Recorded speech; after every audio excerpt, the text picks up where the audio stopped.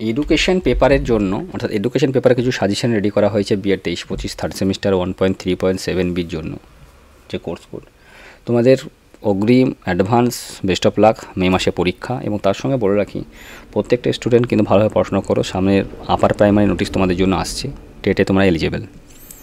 গ্রুপের যে suggestion ready করা হয়েছে: 1 দেওয়াল পত্রিকা দুটি গুরুত্ব, 2 নির্দেশনামূলক উদ্দেশ্য বলতে কী বোঝায়, 3 উপ একক কী, সিআরটি এনআরটি বলতে কী বোঝায়, বিজ্ঞান বিষয়ে শিক্ষণের ক্ষেত্রে প্রদর্শনীর ভূমিকা কী, মূল্যায়নের প্রকারভেদ এবং পারদর্শিতা অভিজ্ঞতা কী, এবং ইন্টিগ্রেটেড টিচিং বা সমন্বিত শিক্ষা কাকে বলে।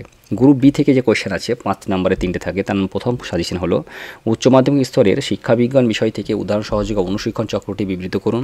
2 পাঠ পরিকল্পনার বিভিন্ন স্তরগুলি লিখুন। 3 দেওয়াল পত্রিকা ও বার্ষিক পত্রিকা সম্পর্কে আলোচনা করতে বলেছে। 4 শিক্ষণ কৌশল বলতে কী বোঝায়, অ্যাসেসমেন্ট, পরিমাপ এবং মূল্যায়নের তুলনা। গ্রুপ সি থেকে 10 মার্কসের যে একটা কোয়েশ্চেন পড়ে সেটা হলো পাঠ একক বিশ্লেষণ বলতে কী বোঝায়, পাঠ একক বিশ্লেষণে শিক্ষণ প্রক্রিয়ার পদ্ধতির গুরুত্ব লিখুন।